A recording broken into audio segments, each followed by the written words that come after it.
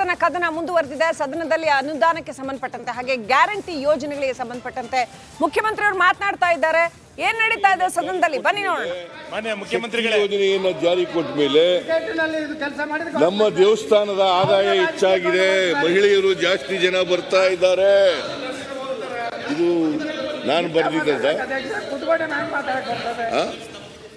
ತಪ್ಪು ಅಂತ ಹೇಳಿ ಮುಖ್ಯಮಂತ್ರಿಗಳು ಕೇಳ್ರಿ ಸ್ವಲ್ಪ. ನೀವೆಲ್ಲ ಕೇಳಿಸ್ಕೊಳ್ದೇನೆ ಹಿಂಗಾಗಿರೋದು. ನೀವು ದಯಮಾಡಿ ಕೇಳಿ, ಕೇಳಿದ್ಮೇಲೆ ಆಮೇಲೆ ಸರಿ ಇಲ್ಲ ಅಂತಂದ್ರೆ ಆಮೇಲೆ ಹೇಳಿ. ನೀವು ಕೇಳೋಕ್ಕೂ ಮುಂಚಿತವಾಗಿ ಎದ್ಬಿಟ್ರೆ ಹಂಗಾಗಿ ಬಜೆಟ್ ಓದೋಕ್ಕೂ ಮುಂಚಿತವಾಗಿ ವಾಕೌಟ್ ಮಾಡಿಬಿಟ್ರಿ. ಅದ್ರಿಗೆ ಏನು ಗೊತ್ತಾಯ್ತು ನಿಮಗೆ? ಬಜೆಟ್ ಪುಸ್ತಕದಲ್ಲಿ ಏನಿದೆ ಅಂತ ಗೊತ್ತಿಲ್ಲ. ಏನಿಲ್ಲ ಏನಿಲ್ಲ ಏನಿಲ್ಲ ಏನಿಲ್ಲ ಎಂತೇವನು ನಮ್ಮ ಸುನೀಲ್ ಏನಿಲ್ಲ ಏನಿಲ್ಲ ಆಡು ನಾವು ಏನಿಲ್ಲ ತಲೆಯಲ್ಲಿ ಏನು ಇಲ್ಲ. ಮುಖ್ಯಮಂತ್ರಿಗಳೇ, ನಾವು ಗ್ಯಾರಂಟಿಯನ್ನ ವಿರೋಧ ಮಾಡಲಿಲ್ಲ. ನೀವು ಅಂಕಿಅಂಶಗಳನ್ನ ಹೇಳೋದನ್ನ ಸರಿ ಹೇಳಿ ಅಂತ ಹೇಳ್ತಾ ಇರೋದು. ಗ್ಯಾರಂಟಿ ಯೋಜನೆಯನ್ನು ಯಾವತ್ತೂ ವಿರೋಧ ಮಾಡಲಿಲ್ಲ. ಗ್ಯಾರಂಟಿ ಯೋಜನೆ ಎಲ್ಲಿ ವಿರೋಧ ಮಾಡಿದೀವಿ? ನೀವು ಅದಕ್ಕೆ ಸರಿಯಾದ ತಯಾರಿ ಮಾಡಿ ಸರಿಯಾದ ಅಂಕಿಅಂಶ ಕೊಡಿ ಅಂತ ಹೇಳ್ತಾ ಇರೋದು. ನೀವು ಅದನ್ನ ಜನರಿಗೆ ಅನುಕೂಲ ಆಗಿದೆ ಅಂತಂದ್ರೆ ಗ್ಯಾರಂಟಿ ಯೋಜನೆಗಳು ವಿಫಲ ಆಗಿ. ಮಾನ್ಯ ಅಧ್ಯಕ್ಷರೇ, ಅದಕ್ಕೆ ನೋಡಿ, ಬಜೆಟ್ನಲ್ಲಿ ಆರ್ಥಿಕವಾಗಿ ದಿವಾಳಿ ಆಗ್ಬಿಡ್ತದೆ. ಅಭಿವೃದ್ಧಿ ಕೆಲಸಗಳಿಗೆ ದುಡ್ಡಿಲ್ಲ, ಅಭಿವೃದ್ಧಿ ಕೆಲಸಗಳೆಲ್ಲ ನಿಂತೋಗ್ಬಿಟ್ಟಿದ್ದಾವೆ ಅಂತೆಲ್ಲ ಹೇಳಿದವರು ನೀವ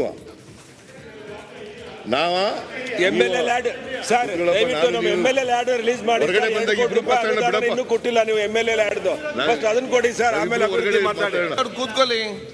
MLA ಲ್ಯಾಡೇ ಕೊಟ್ಟಿಲ್ಲ ನೀವು. ಸುರೇಶ್ ಗೌಡ ಹೇಳಿ ಸರ್. ಇಬ್ರು ಹೊರಗಡೆ ಮಾತಾಡೋಣ ಬಿಡಪ್ಪ. ಮಾನ್ಯ ಅಧ್ಯಕ್ಷರು, ಯಾಕೆ ನಿಲ್ತೀರಿ ನೀವು?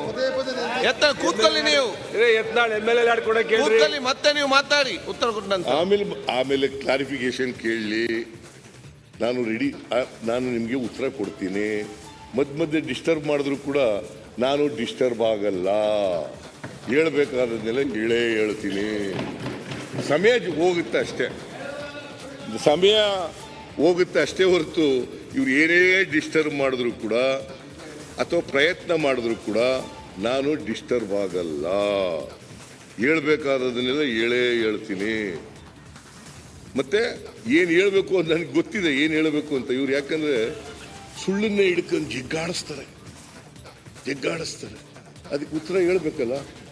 ಮಾನ್ಯ ಅಧ್ಯಕ್ಷ, ಬೇಕಾದ್ರೆ ನೀವು ವೆರಿಫೈ ಮಾಡ್ಕೊಳ್ಳಿ, ಸುಳ್ಳ ನಿಜನ ನಾ ಹೇಳೋದು. ಶಕ್ತಿ ಯೋಜನೆಗೆ ಮಹಿಳೆಯರು ಮತ್ತು ವಿದ್ಯಾರ್ಥಿನಿಯರು 3.5 ಕೋಟಿ ಇದಕ್ಕೆ ನಾವು ಇಟ್ಟಿದ್ದಂಥ ಹಣ 2,800 ಕೋಟಿ. ಕಳೆದ ಬಜೆಟ್ನಲ್ಲಿ, ಜುಲೈ ಬಜೆಟ್ನಲ್ಲಿ ನಾನು ಇಟ್ಟಿದ್ದಂಥ ಹಣ 2,800 ಕೋಟಿ. ಇಲ್ಲಿವರೆಗೆ ಮಾರ್ಚ್ 13 ಅಲ್ಲ, ಫೆಬ್ರವರಿ 13 ಖರ್ಚಾಗಿದ್ದಂಥ ಹಣ 2,208